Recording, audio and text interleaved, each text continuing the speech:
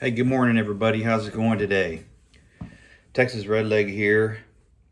Hoping that your weekend is going good so far. Today's video, I just sort of wanted to build off of what we talked about tomorrow in some fashion. But the main purpose of this video is just sort of to, I would say, just kind of regroup and kind of get back to basics, maybe at least as far as thinking goes. But the main title of this video is going to be Live Your Life. Living your life, fulfilling your goals and taking care of your family and friends and etc. That's just part of the way that we're built to carry on and live. So I'm going to say live your life, just be ready. And the whole idea behind, the basic prepper mindset is to always be ready. And that means being ready in multiple areas, mentally, financially, skills, training, gear. And so the basic prepper mindset, in my opinion, is to just be ready for whatever things you expect will come your way. Nobody can be 100% prepared. I firmly believe that. But number one, make sure your gear is ready. And it's got to be with you in some form or fashion. I'm of the opinion of, your home is your castle, that's your fortress. Your main fortifications and preps and, ideas for longevity and sustainment should be from your residence, home, apartment, whatever the case may be. Your domicile should be your castle in which you plan to hunker down and sustain yourself, get through the storm, so to speak. Now, that's assuming that it's safe to do so where you're at. A lot of people may have to, bug out if that's something that hits their area, that extreme.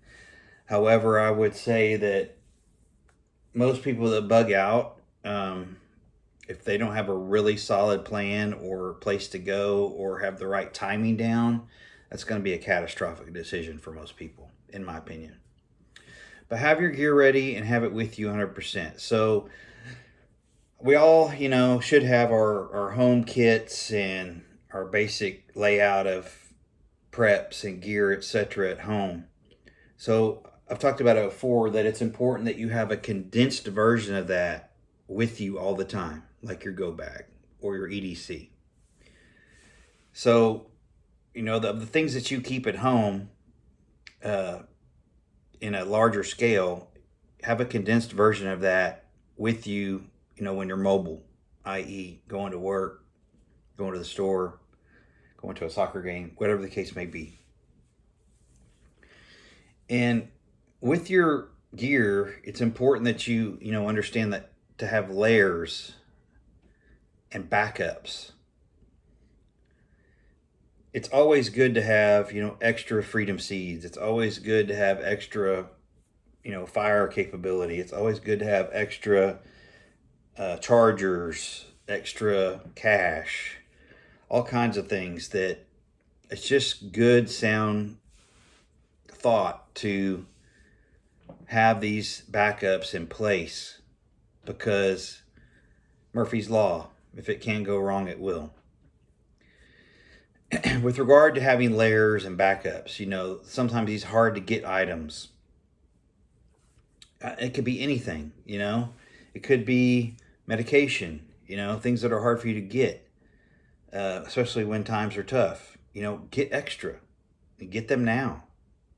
Don't just be a victim to the mob and the mob rule and your, government leaders to giveth, because that, of course, reinforces their power over us.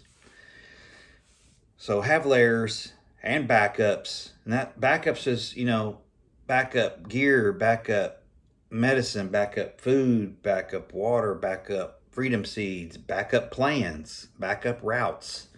Be thinking down the road, have a plan in place before it goes to hell, because chances are it's going to go to hell in a handbasket, and it already sort of is heading that way. And you already need to have plans in place to deal with it. All right? If you have routes to your bug out location or whatever place you plan to intend to go drive them. See what they're like. Don't just rely on, Google Maps or Waze or whatever routing software that you use. Get some hard paper maps. Have yourself a plan, and a plan B and a plan C. So have layers, have backups, get those extra items that are hard to get in tough times. Risk assessment, risk management. It's another area. Again, that goes in with proper planning, knowing the risks before you go, knowing what's ahead, knowing what's likely to happen, knowing how to size something up, or a situation up, or a person up that's around you, or things that don't look right. There's really a lot that we all can get better at with regards to risk assessment and risk management. So knowing the risks and then managing the risks on top of that. It's a tough skill to master, but once you start thinking in those terms and you get, experienced at it, it's something that you'll do all the time without even thinking. And I've said it before, there's a book out by Gavin de Becker called The Gift of Fear. And it's a really good book for everybody, but especially, I think, women that are sort of new to prepping or new to the dangers of the world, and just educating themselves on being prepared for bad things to happen. And it's a really good book. Again, it's called The Gift of Fear by Gavin de Becker. And Gavin de Becker is a worldwide owner of a worldwide personal protection company who does a lot of personal protection details for VIPs, stars, politicians in smaller countries around the world. They do a lot of training for Secret Service level type people in foreign countries, and a lot of them, their people are former Secret Service. So it's a really good book, but I suggest that it's good for everybody, honestly. And I've read it a couple times myself, and it's something I would highly recommend for everybody to check out. But it dives off into risk assessment and risk management, and reactions to situations, and how to prepare yourself mentally for those types of things. Another section is home and vehicle security. Again, just like your home fortifications or preps or gear, your vehicle should be a condensed version of that. Hand tools, extra coolant for your radiator, maybe some spare parts, some duct tape, obviously the ability to change a flat, maybe a little AC DC air compressor to inflate a low tire so you don't have to go looking for air somewhere. These are small little things that you can put in a bin and keep in the trunk, or under the back seat, etc. So having a home kit in your vehicle, again, a smaller condensed kit, is something that you just can't go wrong with. Some extra water, some maybe some medications of some sort, at least some pain reliever, perhaps, first aid kit, things like that. And then, another part of being ready is just increasing your knowledge and skills. And it all kind of comes full circle, to me.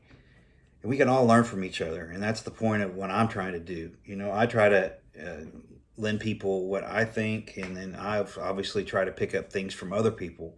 This is what it should be about: is learning and implementation of skills, and training and sharing that with like-minded people, or people that are interested in empowerment, and not being dependent on Big Brother or the government to take care of their problems for them. Because this whole defund the police thing and anti-military thing, and the way that they're trying to restructure the military's thinking, this is all bad news, people. Okay, as a veteran, I can tell you that politics and wokeism is going to be a failure in the United States military.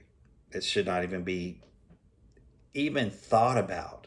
This should be, the military is not a social, reform group for society. The military should be a politics-free, training-oriented group of individuals that exist to defend our values and keep us safe. And this wokeism and all this stuff going on that you hear about is, I'm telling you, it's a poison, and it's going to do nothing but weaken us as far as the military is concerned. This stuff has been in the making for a long time, and unfortunately, it's upon us. So again, increasing your skills, knowing how to defend yourself, lethally and non-lethally, are huge. And these are things that some people, it comes to us naturally. Other people, it doesn't. And so I would encourage you, especially people that are former military and former law enforcement, or, active in both currently, try to get people, under your wing and teach them right. A lot of people think they can just go out and buy a handgun and a couple of boxes of bullets and they're safe, and that's not true. You have to be proficient, and you have to be willing to utilize that tool to defend yourself should it come about. So try to teach people the right way to do things, and lend your skill and expertise to them, as far as being safe and how to select a weapon and ammunition properly, whether it's, some type of firearm or, blades or whatever the case may be. And just how to use their mind to be prepared and react to a situation that may come about. So anyway, live your life, just be ready and prepared. All right. And hopefully you like this video. Please like, share, and subscribe. And always remember, long live the Republic.